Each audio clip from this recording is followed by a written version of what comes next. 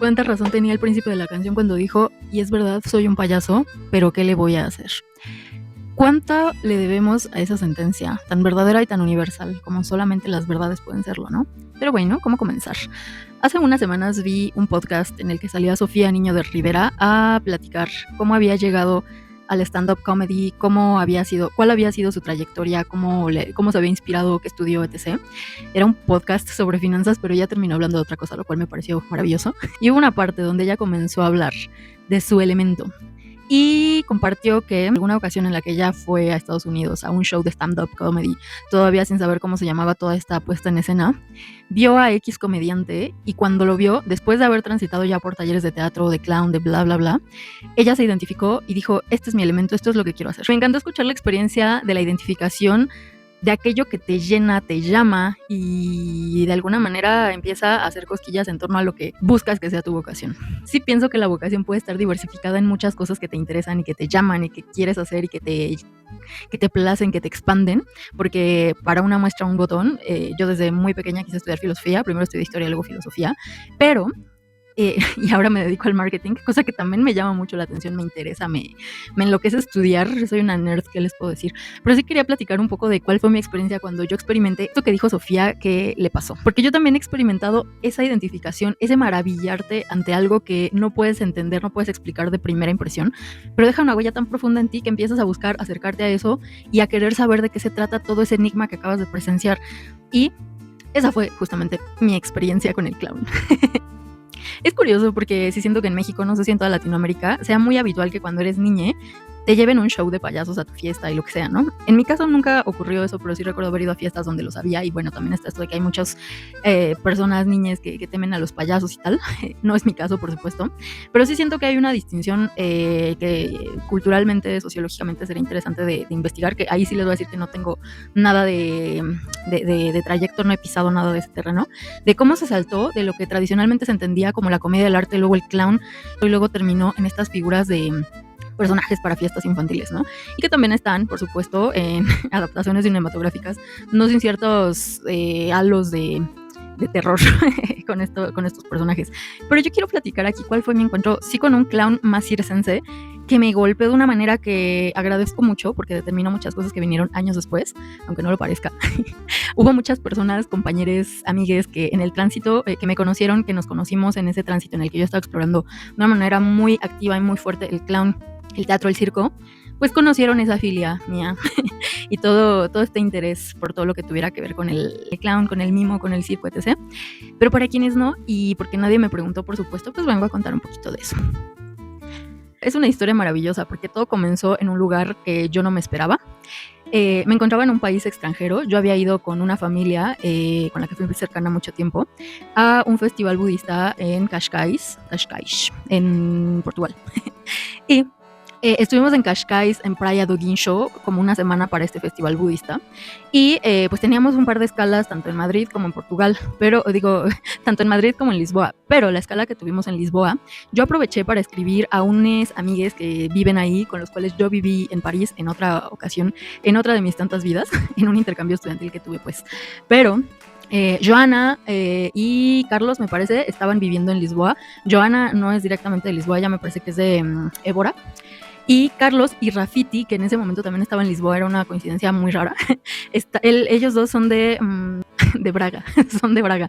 El punto es que estaban en Lisboa y quedamos de vernos uno de esos días que circundábamos, nos vimos, tomamos un café, todo bonito. Ya cuando nos íbamos de regreso de Lisboa a Madrid, fue que teníamos que pernoctar ahí antes de tomar el vuelo.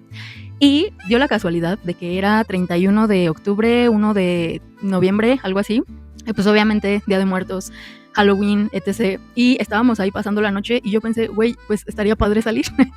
Y le escribí a estos amigues, pero ellos no tenían ni idea y me recomendaron escribirle a otra chica que era expareja de Carlos, Marta, que ella sí es lisboeta y que también me cayó súper chida y porque ella conocía pues perfectamente qué es lo que pasaba en toda esta ciudad en este día en particular. Hola Marta, oye, Carlos nos pasó tu teléfono y queremos preguntarte si tienes o sabes de alguna fiesta que esté ocurriendo ya que es Día de Muertos, Halloween, lo que sea, y pues queremos salir porque estamos una noche aquí en Lisboa, bla. Y ella muy amable me dio como 3 opciones para ir a ver qué se podía hacer, pero pues Para esto ya era algo tarde. Entonces yo convencí a estos amigues de salir a dar la vuelta y ver qué es lo que podíamos hacer. Y nuestra primera opción era la que estaba más cercana al hotel y que estaba muy cerca de la playa o del malecón, no sé. Y una vez que llegamos al bar, que además estaba en una zona medio rara que se podía intuir que no estaba tan segura, nos dimos cuenta de que el show o lo que hubiera ya estaba terminando y dijimos, güey, pues llegamos ya muy tarde, ya a dormir porque mañana hay que madrugar. Y yo insistí, no, hay que ir al otro lugar, pues sí está un poco más lejos, pero pues dijo Marta que ese es el que se ponía padre, bla, bla, bla.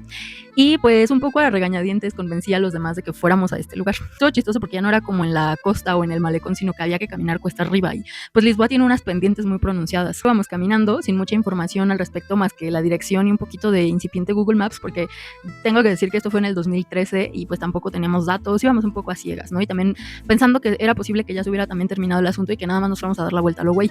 Pero yo quise insistir. Entonces caminamos y de pronto llegamos a lo que ya era la dirección y todo se veía apagado, se veía como una zona ahí medio residencial y era de que, güey, aquí no hay nada que estamos haciendo aquí, nada más fue una pérdida de tiempo, ya vámonos. Y algo en mí me decía, no, güey, hay que llegar, sí hay que llegar, pero ¿dónde es? Y habían puras casas así como apagadas, ¿no? Y de repente el lugar era como una fachada grande, tenía pinta de una librería o de una cafetería, no me acuerdo. Y dije, güey, pero ¿cómo puede ser aquí? ¿No? Y me acerqué como para ver si había algún timbre o lo que fuera. Y de repente escuché a personas como gritando y así. Y me asomé a un callejoncito que estaba a un costado de este local. Y había una escalinata como hacia abajo. Y vi a unas personas súper disfrazadas. Y pues justamente dije, es aquí, ¿no? Empecé a hablar mi incipiente portugués. Con mi incipiente portugués empecé a hacer señas y empecé a tratar de hablar con la gente que estaba ahí. Y uno de ellos se acercó corriendo y estaba vestido de payaso, güey, pero era un payaso, o sea, no era un payaso macabro, era un payaso clown. Con los dientes, o sea, como pintado los dientes de negro, emulando que le faltaban dientes, cosas así. Y era un chico que recuerdo que se llama Diogo, no sé si sea Diogo o Diogo. Le dije, oye, nos hablaron de que había aquí una fiesta, pero no la vemos, ¿tú sabes dónde es? Y dijo, claro que sí, síganme. Y me encantó porque tenía una gracia para moverse y era tan expresivo, era muy guapo. Y todos se me quedaron viendo como, bueno, pues ya a ver, vamos a entrar un rato. Y lo seguimos, o sea, sí entramos como a esta tienda local, por un costado, no me acuerdo.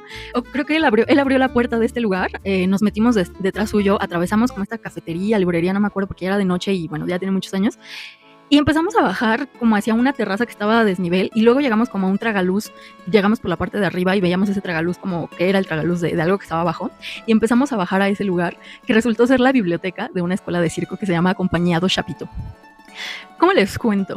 Bajamos y abajo estaba un trío, me parece, tocando ahí como un bajo, improvisando ahí como cosas entre jazz, funk, una cosa tremenda, un ambiente que yo jamás había experimentado y que cuando yo vi bailar a todas estas personas con maquillajes excéntricos súper chidos, porque pues obviamente ya después entendiendo que era una escuela de circo, por supuesto que les enseñan a maquillarse, tenían un dominio increíble, exuberante de su cuerpo, de sus movimientos, improvisaban sus máscaras, su maquillaje, sus pelucas, su vestuario, todo, y era Día de Muertos. Entonces, o sea, como que era una fusión entre la celebración de ese día, o bueno, el Halloween allá, y pues que ellos tenían con qué disfrazarse y con qué poder adornar toda esta situación.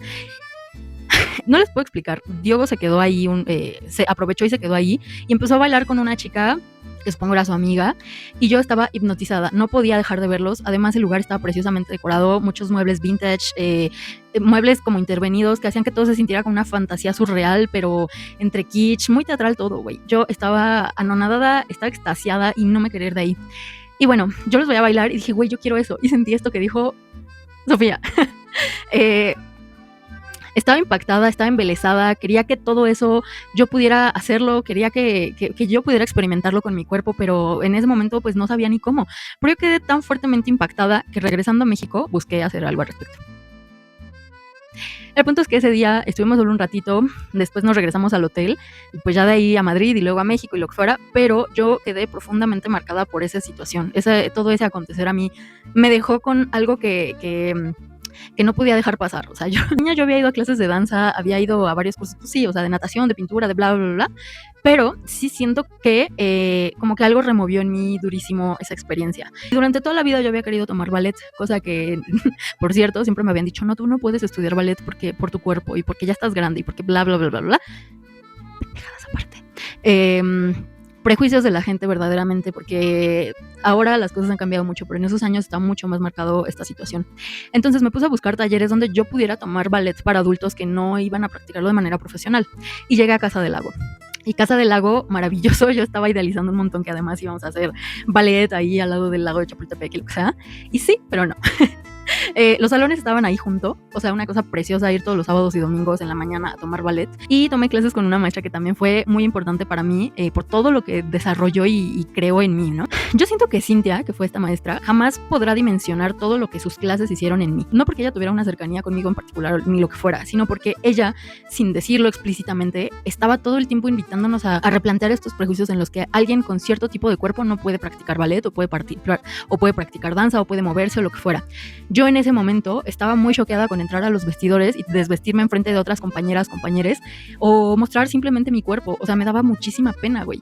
Y yo me acuerdo que para ella era como, no puedo explicar las formas en las que, sin decirlo, ella todo el tiempo nos invitaba a todos a disfrutar nuestro cuerpo, a disfrutar el ballet, a romper límites que solamente estaban en nuestra cabeza y hacer nosotros mismos. Y sí sé con certeza que esos 2 años, me parece que estuve yendo a ballet, fueron muy significativos para mí, para mi autoestima, para mi confianza, para mi control en el cuerpo y para las ganas que me dejó seguir explorando este tipo de disciplinas. Luego yo me tuve que salir de estas clases y 5 años después fue que regresé a tomar ballet en otras academias que no me encantaron, justamente porque me enfrentaba mucho a que sí estaban los prejuicios de parte de estos profesores, profesoras, o de las propias chicas que, aunque no fueran profesionales, también traían el sesgo de pensar que alguien con mi tipo de cuerpo, porque yo, a ver, mido 1,68, pero tengo mucha cadera, güey, tengo mucha pierna, y para ellas era como, ¿qué estás haciendo aquí, dude? Y no sé, o sea, yo me sentía realmente incómoda cuando yo ya había atravesado mucho de eso en la adolescencia, en la infancia, lo que fuera. Y dije, ay, no, güey. Entonces yo me salía porque además, pues las clases de pronto se sentían más como, bueno, le estoy dando clases porque pues no tengo de otra, ¿no? Y la diferencia con Cintia era que, güey, nos transmitía un chingo la pasión por moverte, por explorar tu cuerpo, por gozarlo. Entonces, después de abandonar esta academia ahí en la colonia Roma, enteré de que Cintia también empezó a dar clases de danza contemporánea o de improvisación, algo así, en otro lugar, que también fue un espacio que a mí me dejó mucho, aunque fui muy breve tiempo, y que fue el entresuelo o los 14. Y fue otro tipo de exploración. A mí me abrió las puertas de esto de la improvisación con el cuerpo, de sentirte también libre, de explorar otras formas de desplazarte, de estar y así. Y fue en ese momento en el que ella también nos invitó a participar en el taller que estaba dando quien había sido su maestro en algún tiempo de la vida, cuando ella estudió danza. Y se trataba de un taller de teatro físico que se estaba impartiendo en el Centro Cultural Helénico y pues que iba dirigido principalmente a bailarines o a personas que estuvieran en disciplinas afines a las artes escénicas y pues al público en general. Y yo pensé, ¿por qué no? ¿Por qué no? Me voy a inscribir a un taller de teatro físico, con todas las limitaciones que eso podía tener, que yo no sabía en ese momento. El punto es que me inscribí y era un taller intensivo, porque era una semana, era como de lunes a jueves, de tipo de 2 a 5 de la tarde o algo así. O sea, eran como 4 o 5 horas, eran como 3 o 4 horas al día durante 4 días. Y yo pensé, pues sí, son como los de Cintia, seguramente los puedo hacer. Y no estaba más equivocada. ¿Qué les puedo decir? Ha sido una de las experiencias más enloquecedoras y retadoras que he tenido a nivel mental corporal, que no tienen que ver con una experiencia mundana, alias problemas de adulto, lo que tú quieras, o conflictos, bla, bla, bla, bla. Aquí era enfrentarte a ti, contigo misma, mental y físicamente, porque yo en ese momento no tenía mucha idea de qué era el teatro físico. Este maestro, que además pueden ver sus videos en internet, también era una completa locura. Los días de entrenamiento comenzaban con ejercicios en los que tú tenías que empezar a conectar con tu compañero, a partir de tocarte, mirarte, observarte, acariciarte, sobarte, pegar el cuerpo, sudar, correr, una cosa alucinante. Era realmente muchísima adrenalina, muchísima fuerza a partir de toda esta experiencia corporal, de empezar a conectar con la otra persona, con su cuerpo, con su sensibilidad, con sus maneras de expresarse, etcétera. Y eran ejercicios que eran muy envolventes en torno a cómo te tenías que empezar a comunicar con el otro, a veces sin hablar, a veces con los puros gestos, con el tacto, con reacciones muy precisas, ¿no? Obviamente se trabajaban muchos ejercicios pues que vienen de toda esta disciplina históricamente del teatro físico, pero había algunas actividades que yo no pude hacer cabalmente porque involucraban piruetas que exigían una condición física que yo no tengo. Una condición física y una acrobacia, un dominio de tu cuerpo que pues yo no tengo ni he tenido, pues porque no he practicado tantísimos años u horas, ¿no? Alias, o sea, aprender a saltar y dar una marometa o saltar y dar una vuelta ahí medio rara con los pies y caer al revés con el torso. Unas cosas realmente exquisitas, brutales. Yo les voy a poner aquí fotos de cómo me quedaron las rodillas en esos días porque realmente me las desmadré. no podía moverlas, traía 2 bolas moradas en las piernas. Y hubo uno de esos días en los que yo verdaderamente, al ver que incluso para la gente que estaba sumamente preparada eran difíciles estos ejercicios, yo dije, es que no puedo. Y este profesor nos decía, sí puedes, y como que todo el tiempo te trataba de llevar al límite. Y era como, ¿quién dice que no puedes, no? ¿Tu cuerpo o tu mente o qué, no? Y yo hubo uno de esos momentos en los que varias personas nos pasó, no quiero decir que fui la única, y les hablo de personas que están muy disciplinadas en estos temas. Nos llegamos a salir de la clase, pero, o sea, no de irme, ¿no? Pero sí de tomarte un respiro. Yo salía al pasillo, lloraba y era de que no mames, ¿qué está pasando, no? O sea, no puedo. Y de pronto decir, güey, tengo que acabar esto, no lo voy a dejar, tengo que acabar. Me mentía y seguía intentando, me seguía cayendo, me seguía dando en la madre. Y bueno, ¿qué les cuento? Uno de los últimos ejercicios tenía que ver ya no con esta fuerza física, pero sí con una capacidad de llevar otra parte de tu cuerpo, de tu ser, hacia afuera. Y esto tenía que ver con proyectar tu energía a partir de la voz y de esa modulación a los asistentes, que en este caso eran tus compañeros. Y bueno, Javier, el profesor, nos dio una hoja que traía un texto en francés y que fue seleccionando voluntariamente a huevo a diferentes personas para que pasaran a hacer el ejercicio. Y me seleccionaba a mí, porque pues obviamente él estaba detrás de mí como diciendo, güey, no vas a desistir, tienes que hacerlo, ¿no? Y pues obviamente eso también me encantó, ¿no? Que no fuera como que me dejara ahí porque no sabía hacerlo o porque no tuviera el mismo nivel que todos los demás. Entonces él me pasó a esta actividad y bueno, una cosa tremenda. Todos tenían que sentarse de frente tuyo sin hacer ninguna mueca, palabra, solamente verte y estar atento de lo que tú hicieras. Y la instrucción era básicamente todo este texto en francés, léelo lo más alto, grita lo más alto que puedas, léelo lo más rápido que puedas, no importa si no sabes francés, léelo como tú lo entiendas y si acabas el texto regresas y lo vuelves a seguir hasta que yo te diga que pares. ¿Y qué les digo? Era una cosa, mis compañeros estaban como a unos 5 metros de mí viéndome, estábamos en un salón ahí adentro del Centro Cultural Helénico y yo empezaba a gritar y Javier solo gritaba más fuerte y tú y gritaba más rápido y tú y volvía a gritar y qué más fuerte, qué más rápido, qué más fuerte y tú de repente, o sea, era tanta la energía que tenías que concentrar en esa sola acción que cuando él decía ¡alto!, tú te quedabas temblando y como que reaccionabas que habías estado fuera de ti, concentrada en expulsar toda esa energía, todo ese texto fuera de ti, y cuando salías de ese trance, porque no tengo otra manera de explicarlo, volteabas a ver a tus compañeros y todos estaban viéndote como wow, ¿qué pasó? ¿No? Porque justamente era una desconexión tremenda, brutal, y bueno, no fui la única que pasó a hacer este ejercicio. Cuando pasó otra persona me di cuenta del nivel de estrés, de fuerza en que se pone el cuerpo para proyectar todo esto, y bueno, la otra persona que pasó hasta sangró, porque yo creo que se mordió, no sé, pero empezó a sangrar un chingo, güey, que bueno, no era la primera vez que se sangraba en ese salón. O sea, durante esos días varias personas sangramos de los dedos, de los pies, de las manos, de moretones, o sea, una cosa, una carnicería brutal. Y bueno, yo me acuerdo mucho que cuando terminó este taller, Javier me felicitó, me dijo que no pensaba que fuera yo a terminar el curso, pues por la misma razón, ¿no? Porque me veía entre agobiada, angustiada, llorando, sudando, porque además, pues, o sea, imagínate, 4 días seguidos, 4 o 3 horas haciendo un ejercicio brutal con el cuerpo y tal. Pues sí, o sea, él pensó que yo no iba a lograrlo y lo logré. Hice los 4 días del taller. Les digo, estaba lleno de ejercicios, de acrobacias, de entrenamiento de acción-reacción, porque pues de eso va el teatro físico, ¿no? O sea, reaccionar físicamente a los estímulos de tu entorno, pero también a proyectar muchísimo de lo que tienes que decir con el cuerpo y con su expresión y usarlo cabalmente. Entonces fue una cosa tremenda y pues fue algo que también me marcó muchísimo. Ese taller fue en junio del 2019. Ergo, unos 6 meses después vino el COVID y pues toda esta situación de la exploración corporal llegó a su fin de mi parte. Bueno, llegó a su fin de mi parte y no, porque otras personas que estaban en el entresuelo también daban otros talleres en línea y empezó mucho esto de improvisación a partir de clases a distancia y lo que sea. También Cintia armó un taller que estuvo precioso, güey. Explorábamos partes de nuestra casa, no importaba dónde vivieras, cómo estuviera tu casa, explorábamos cómo desplazarnos sin tocar el piso entre los muebles, cómo saltar, cómo subirte en las paredes, una cosa delirante. Y pues hasta donde se pudo llegamos a esa exploración. Pero bueno, luego se desdibujaron otras cosas y tuve que parar otra vez esa exploración. Hasta hace un año que regresé a ballet, pero lo mismo, no me encantó esa academia por este tipo de prejuicios en torno al cuerpo y bla. Y bueno, fue una cosa deliciosa. Obviamente agradezco un chingo a esa situación que ocurrió en Lisboa porque desencadenó mucho de todo esto que yo empecé a explorar y que sigo explorando cada que puedo.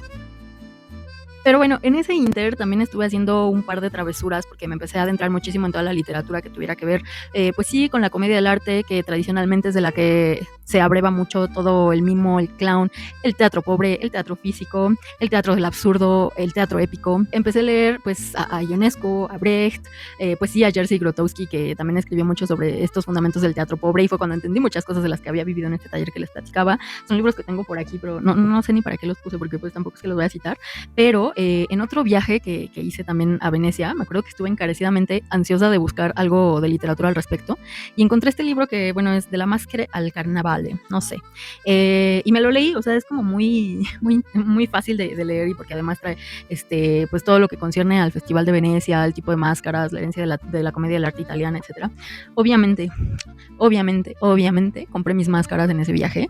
Procuré que fueran también máscaras que fueran de tradición autóctona, porque pues lo que me decía mi host de Airbnb en ese momento era de que, güey, vas a encontrar 1000 tiendas con máscaras muy chidas que vienen de China y son de plástico o de telas y todas fabricadas rápido. Entonces, si quieres algo, yo te recomiendo ir aquí o acá, ¿no? Porque yo le dije, oye, recomiéndame dónde ir por máscaras, ¿no? Y como que ella ni sabía muy bien, pero me dijo, déjame investigar, ¿no? Y bueno, esta, la de la casa Bertolini, ¿sí es Bertolini? Es que aquí trae, sí. Aquí está, pues me la recomendó ella, lo que ahí dice, Venecia. Bueno, esa me la recomendó ella, me dijo, ve con ellos llevan de tradición haciendo máscaras, son de cuero, son bla, bla, bla. Y dije, ay no, o sea, porque soy vegetariana y no quería esto, pero bueno, la compré. Esta es una máscara de un personaje que hace guiño a un personaje de los más emblemáticos de la comedia del arte italiano, que se llama el Sani. O sea, esta máscara yo la vi y dije, güey, la necesito. Veanla por dentro, es una preciosura. Y esta es otra que también compré en otro taller, con otro, además, este señor se hizo mi amigo, ahí luego una vez le escribí por WhatsApp, y yo, hola, ¿cómo estás? Se llama Hama. Y Hama, cuando yo entré a su taller, una preciosura, él estaba pintando con una delicadeza las máscaras. Yo me acerqué, le pregunté si podía tomar foto. Me dijo, por supuesto que no, pero hay un artículo suyo por el New York Times, no me acuerdo, y esa foto yo me acuerdo que después la descargué porque pues le compré esta máscara que obviamente ya está súper maltratada porque sí la uso.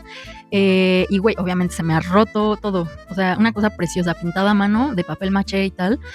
Estaba preciosa. Pero bueno, por esos entonces también yo conocí a Ramón Gómez de la Serna, un escritor español que se hizo famoso por inaugurar este género literario conocido como las greguerías, que para mí fueron como el proto-Twitter, güey, porque o sea, la greguería es una forma retórica en la que básicamente el escritor está escribiendo sentencias que son breves, que son humorísticas, son satíricas y que obviamente aluden a algún tipo de verdad innegable en cualquier cultura, situación del mundo, ¿no? Son muy divertidas, algunas son muy chuscas, unas son muy cuestionables porque ya sabemos, hombres, y porque las cosas han cambiado mucho, pero este libro me lo regaló una persona que ya no me habla, pero se lo agradezco mucho, porque conocí a Ramón Gómez de la Serna por él, y pues no sé, les voy a leer aquí alguna, ¿no? Matar el tiempo es una fanfarronada de bravucón. Bueno, otra. La palmera es un árbol acuático que logró llegar a la orilla. Y bueno, es que a ver, o sea, hay miles, tendría que buscar las más chidas, pero el murciélago es el enmascarado de la noche.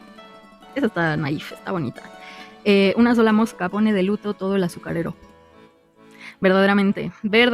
Por eso no dejen que personas moscas lleguen a su vida. Ay. Bueno, el punto con todo esto es que me llené mucho de esta literatura, de estos talleres, de estas cosas, y pues no pude evitar empezar a querer hacer payasadas a mi alrededor, porque yo en ese momento estaba estudiando la maestría en filosofía, y me acuerdo mucho que un día llegué con la ocurrencia de querer pintar un punto rojo en la nariz a las personas que yo me fuera encontrando en la calle. Obviamente yo llevaba un punto rojo para poder invitarles, que tuvieran mayor soltura para aceptar esta invitación. Y bueno, el fundamento de todo esto, que algunos me preguntaban y algunos no, solamente accedían o no, era que en efecto a todos nos da pavor hacer el ridículo, y nos da pavor hacer el ridículo porque cuando tú pones en entredicho esa seriedad con la que te plantas ante otra persona, justamente eres susceptible de no ser tomada en serio o de que se burlen de ti o lo que tú quieras, y es algo que a la especie humana nos da pavor. No sé por qué nos da pavor equivocarnos, caernos, reírnos de nosotros mismos, y sentir que estamos en una situación de ridículo nos hace sentir inferiores, no lo sé, pero bueno, hay obviamente muchos estudios acerca del humor y acerca de toda esta psicología psicología del humor, que también consumí mucho, pero no voy a entrar en eso ahorita, pero sí era súper interesante ver cómo al poner el juego solo sobre la mesa, al plantear el ridículo, al plantear el divertimento sobre ti mismo, reírte de ti mismo, hay mucha gente que le huye y le huye con un prejuicio bárbaro sobre no, yo no me voy a rebajar a eso porque yo tengo una reputación que cuidar, ¿no? Y está curioso porque muchas personas a mi alrededor en ese momento sí les notaba ese halo de superioridad moral intelectual en el que me veían con cierto desdén y era como, ¿qué chingados estás haciendo? Y bueno, eso pasó tanto con roomies que se burlaban ahí y que creían que yo no me daba cuenta de todo lo que yo estaba haciendo, pero a mí era como, ¿por? O sea, a mí me hacía feliz hacer muchas de estas cosas y no, como que no alcanzaba a entender pues los prejuicios de la gente y sus limitaciones, ¿no? Pero cuando llegué a hacer esto de la nariz, hubo mucha gente que se divirtió, otras que se ofendieron, y lo que fuera, pero estuvo divertido. Y otra cosa que hice, un día se me ocurrió, yo tomaba clases en un instituto de filosofía, bla, bla, bla, estaba tomando un seminario de filosofía de las emociones y estaba muy en boga también hablar sobre el sentimiento de vergüenza, de miedo, de ridículo, bla, bla, bla.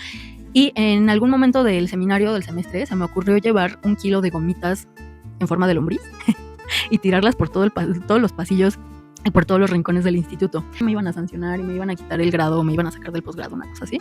Entonces tuvimos que decir que era un performance y obviamente recogieron las gomitas, dijeron que estaban en resguardo, porque esa fue la palabra. Cuando salimos del lugar y dijimos, güey, ¿quieren que levantemos las gomitas? Nos dijeron, no, ya están en resguardo. Yo así de, ok.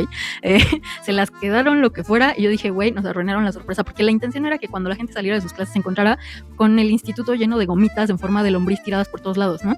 Pues era una acción obviamente absurda que tenía la intención, obviamente, de molestar, porque a la gente no le gusta el humor, no le gusta reírse, no le gusta caer del estatuto intelectual en el que muy arduamente ha conseguido posicionarse. Y pues, por supuesto, ¿quién más soberbio, quién más intelectual que los filósofos? Entonces lo hice a propósito. Curiosamente, esta autoridad, pues sí, respondió a esto, no les gustó, pero mi profesora del seminario de filosofía de las emociones, que además en algún momento de la vida fue directora de este instituto, se enteró de esta situación, no por nosotros, no por la autoridad, sino porque sí llegó a ver las gomitas y ella estaba fascinada. O sea, llegó el día del seminario y empezó a platicar esta situación y dijo, ay, no sé quién lo hizo, pero a mí me encantó, bla, bla, bla. Y yo pues tuve que admitir que fui yo y me felicitó y ella, ay, no, qué padre. Y yo, no, pues hasta me detuvieron, ¿cómo la ves? Y ella, ay, no, me hubieras avisado, yo iba por ti. Y yo iba por ti y tal. Y bueno, fue una cosa que irreal, ¿no? O sea, yo sí, en ese momento ya, si ya me caía bien, me cayó mejor, porque sí pienso que ella es de esas personas que no teme reírse de sí misma y no está custodiando este ego cogitans de una manera tan... Entonces, disfruté mucho ese periodo, porque quiero cerrar todo este paréntesis, esta historia en la que les compartí un poco de mi incursión, de mi exploración en las artes escénicas, y que fue todo esto detonado por lo que les comenté de este episodio en Lisboa, que como a Lucía a mí me dejó llamada hacia este mundo. Pues no le tengan miedo a ser quienes ustedes son, a hacer el ridículo, a reírse de ustedes mismos, porque ya ven que últimamente anda mucho en boga en internet esto de, ay, el cringe, y no hacer esto, no subir contenido porque qué oso, te ven 3 personas, bla, bla, bla, y es como... Güey, uno lo hace para sí mismo, para divertirse, para explorar, para lo que tú quieras. O sea, seguramente sí hay mucha gente que lo hace por otros medios, por otros fines. So what? O sea, ¿en qué te afecta, güey? Y la verdad es que, pues sí, la mayor parte de estas críticas, prejuicios, burlas que yo recibí posteriores a estos años de empezar a buscar cosas, venían de este sector muy académico, muy de nicho, sobre todo filosófico, en los que, güey, qué flojera, cuando vives atade a tu prejuicio de no dejar que nadie se burle de ti, que nadie cuestione tu autoridad moral, intelectual, y que no puedes divertirte. Qué flojera, ¿no? Era todo lo que quería compartir por hoy. A raíz de esto que compartió Sofía y que también me hizo un eco bárbaro, porque pues yo también experimenté en algún momento de la vida ese llamado. Y si bien no me dedico a temas de teatro, ballet, danza, clown, es algo que disfruto como no tienen idea. Y por cierto, en estos días se va a presentar la compañía Finzi Pasca, que es otra vertiente también del clown, del teatro, que se llama el Teatro de la Caricia. Es ahí también técnicamente otro desarrollo del mimo del clown. Y trae un show que se llama Tititze, creo, A Venetian Dream, un sueño veneciano, algo así, que se ve precioso. Y yo espero ir, la verdad es que no he comprado boletos y espero que no se agoten, porque vale la pena y lo que le sigue, porque además Daniele Finzi Pasca, que es el director de esta compañía y el escritor de esta obra, pues ha sido director y escritor de varios shows del Cirque du Soleil. Entonces, ¿qué les digo? En este mar de ñoñerías nadan también cosas que todos consumimos, aunque digamos que son cosas ridículas. Las terminan viendo en los shows del medio tiempo o en el Cirque du Soleil, ¿no? Pero qué belleza, qué belleza. sean más ligeros, sean más ligeres, sean más ligeras, disfruten la vida, diviértanse, improvisen, ay no sé, o sea, la riqueza que hay en poder disfrutarse a sí mismo, en su cuerpo, en su humor, experimentando, dándote en la madre cuando, aunque no sabes hacer las cosas, te avientas a hacerlas, ¿no? Pero, pues nada, ya me voy, y no sé si se ve, pero me pinté los labios en forma de corazón y creo que se ve poquito. Bueno, ya me voy, ahora sí, bye. Hoy le dije a un compañero de mi seminario que soy payaso, le enseñé mi pin y me hizo cara de